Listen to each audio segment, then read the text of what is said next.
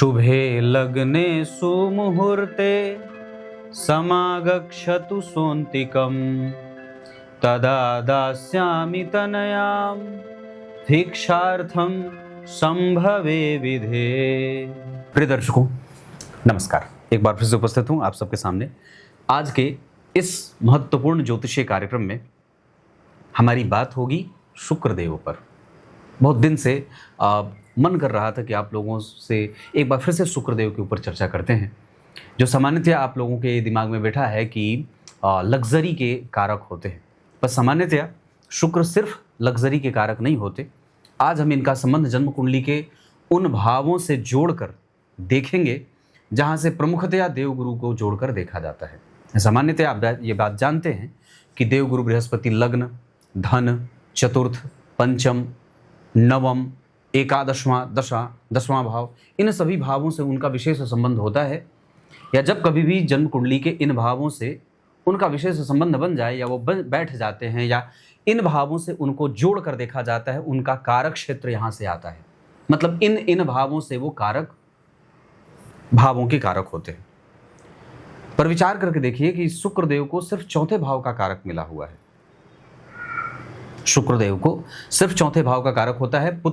मतलब पुरुष की कुंडली के लिए सप्तम भाव के भी कारक हो जाते हैं, सप्तम भाव के भी कारक हो जाते हैं। स्त्री की कुंडली के लिए देवगुरु बृहस्पति सप्तम भाव के कारक हो जाते हैं और पुरुष की कुंडली के लिए शुक्रदेव सप्तम भाव के कारक हो जाते हैं। यहाँ पे दोनों बदल जाते हैं परस्पर।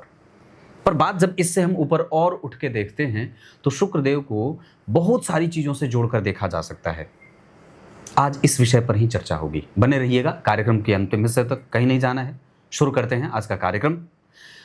लाइव होता हूं शनिवार को रात्रि 8:15 पे इसी चैनल पे। आरंभ में जो मैंने श्लोक पढ़ा है वो शिव पुराण का है, जिसका अर्थ कार्यक्रम के अंतिम हिस्से में बताऊंगा। शुरू करते हैं। विचार करिए जन्म कुंडली के 12 भाव और हमारी चर्चा हो रही है शुक्रदेव पे। तो 12 भाव, जिसमें 12 भाव हो गए, इसमें पहला, दूसरा, तीसरा, चौथा, पांचवा, छठवां, सातवां, उसके बाद आ गए इधर 8, 9, 10, 11, 12। ये जन्म कुंडली के 12 भाव हो गए। ठीक है, मैंने चक्र न बना करके ऐसे बना दिया। अब विचार करिए कि जब आप शुक्रदेव के बारे में विचार करते हैं, जहां से संपूर्णतया सिर्फ जब आप लक्ष्मी शब्द का इस्तेमाल करते हैं तो आपके दिमाग में, और जब आप ज्योतिष को देखते हैं तो लक्ष्मी से सीधा सीधा संपर्क आपका शुक्र से बन जाता है। कि भाई जिसकी कुंडली में हम लक्ष्मी के बारे में विचार कर रहे हैं तो सीधा सीधा है कि शुक्रदेव आएंगे। पर सामान्यतया शुक्रदेव सिर्फ लक्ष्मी ही नहीं देते, वरन आपको क्या क्या देते हैं और जन्म कुंडली के कौन कौन से भावों से जब उनका संबंध बन जाता है तो जन्म कुंडली का लग्न, जन्म कुंडली के चंद्रमा, जन्म कुंडली के गुरु, जो बहुत ही ज़्यादा अत्यंत आवश्यक होते हैं बलवान होने के लिए, मजबूत होते हैं या होने चाहिए, जरूरी हैं, उनके भी कमज़ोर होने पर अगर शुक्रदेव जन्म कुंडली में इन भावों से संपर्क बना लेते हैं। जैसे मैंने क्या बात कही थी, अभी कुछ दिन पहले मैंने एक कार्यक्रम बनाया था जिसमें बात कही थी कि जन्म कुंडली के किसी भी भाव से जन्म कुंडली के 12 भाव हो गए, किसी भी भाव से योग कारक ग्रह का संबंध बन जाए या आत्म कारक ग्रह का संबंध बन जाए तो वो कुंडली को बलवान बना देते हैं। हमारा एक विशेष कार्यक्रम अभी चल रहा है। जैसे हमने कल एक कार्यक्रम बनाया था कि लग्नेश अगर नीच के हों फिर भी जातक को बहुत सारी चीज़ें मिल जाती हैं। अगर आपने वो कार्यक्रम नहीं देखा है तो जाकर देख लीजिएगा, कल ही का वो कार्यक्रम है। तो क्या कहा कि जन्म कुंडली का लग्न, जिसे जीवन का आरंभ कह सकते हैं, ये आदि है। आदि, मध्य और अंत, जीवन का आरंभ लग्न। उसके बाद जन्म कुंडली का धन भाव, जहाँ से धन का विचार किया जाता है, धन धान्य का विचार किया जाता है। ठीक है।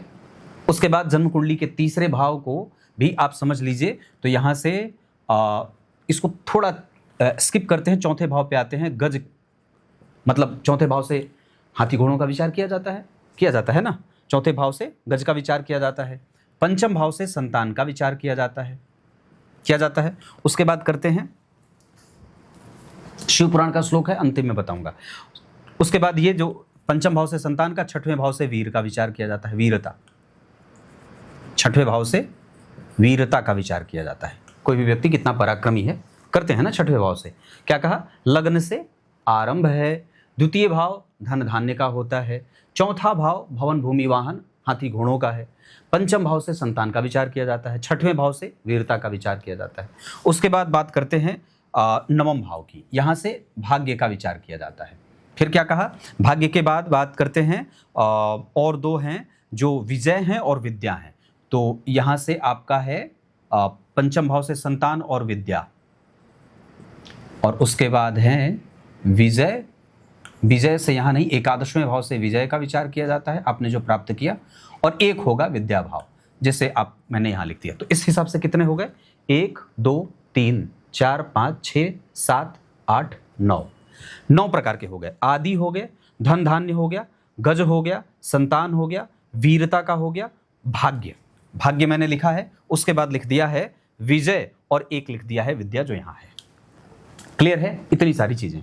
अब मैं इसको भावों से जोड़कर आपको बताना चाहता हूं कि शुक्र जो हैं वो किसी भी व्यक्ति की कुंडली में अगर बढ़िया होंगे, अगर लग्न से संबंध बन जाए पहले भाव से। अब मूलतया ये जो मैंने बात लिखी है ना, ये सब जो लिखे हैं, आदि लक्ष्मी, धन लक्ष्मी, धान्य लक्ष्मी, गज लक्ष्मी, संतान लक्ष्मी, विद्या लक्ष्मी, वीर लक्ष्मी, भाग्य लक्ष्मी, विजय लक्ष्मी, ये लक्ष्मी हैं। अष्ट लक्ष्मी इन्हें कहा गया। 1 2 3 4 5 6 7 8, 7 और 8 है ना, धन धान्य।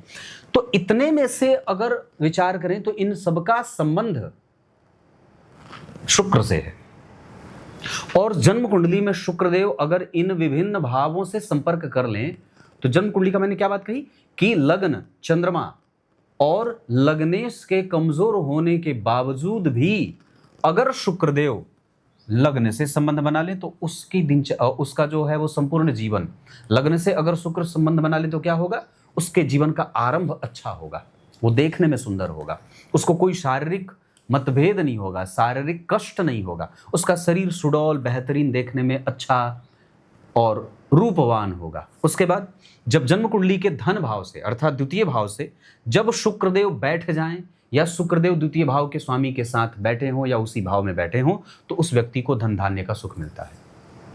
तब वहां से जो लक्ष्मी जी का एक स्वरूप धन लक्ष्मी है, धान्य लक्ष्मी है, वो व्यक्ति को प्राप्त हो जाता है।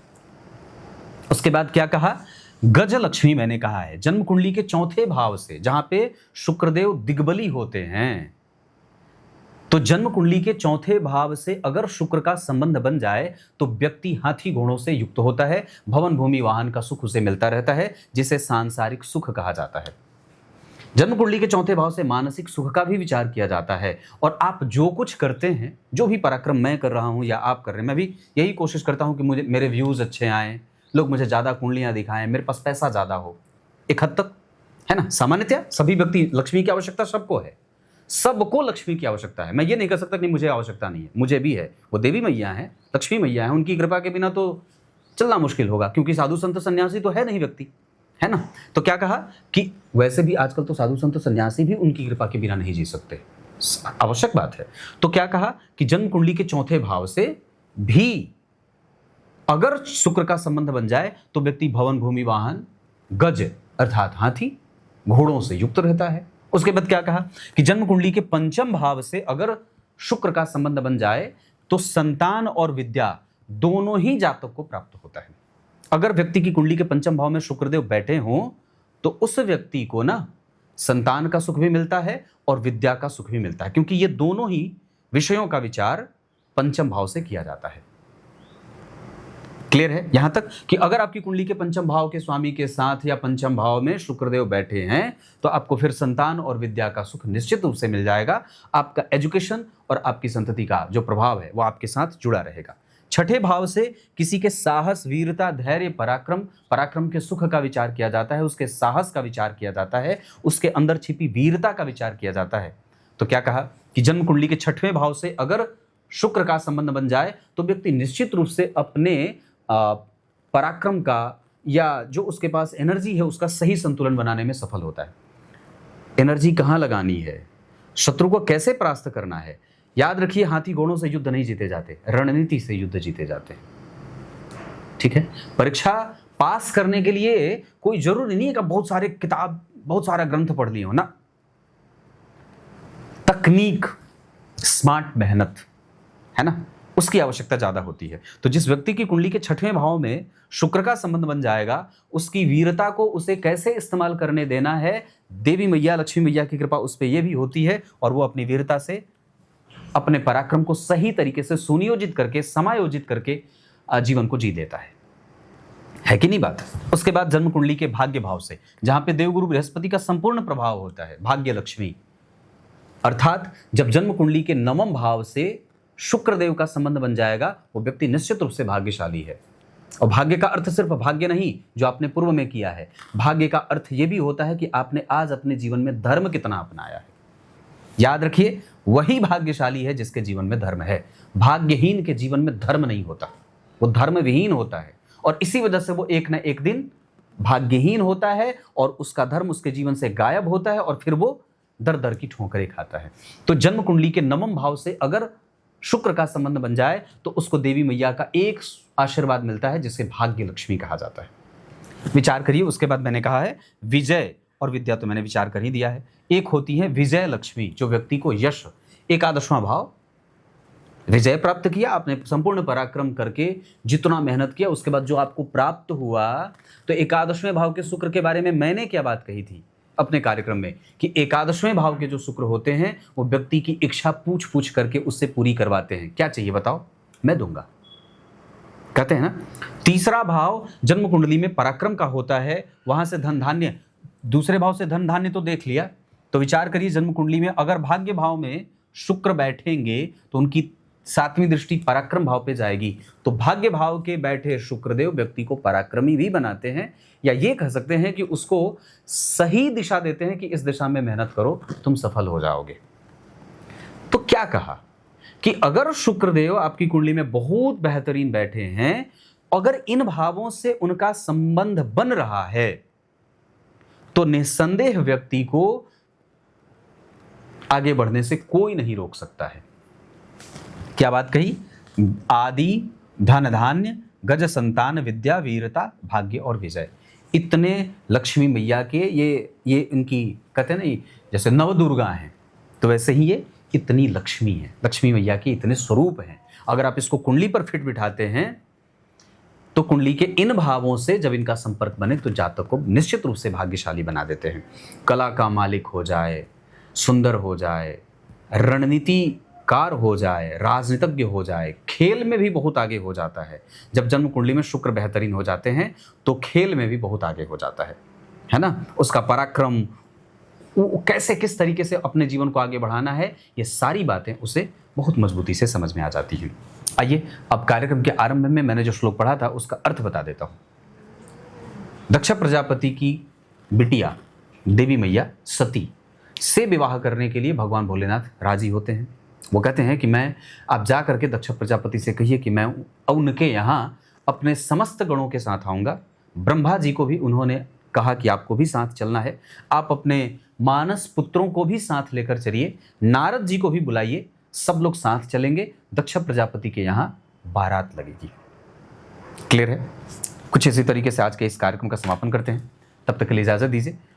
और कुछ लोग कहते हैं पंडित जी आपका कार्यक्रम बड़ा छोटा होता है। मैं इसलिए छोटा बनाता हूँ क्योंकि बहुत ज़्यादा खींच करके बड़ा करने का कोई अर्थ नहीं है ना, इस वजह से इतना बढ़िया है। तब तक के लिए बहुत बहुत नमस्कार।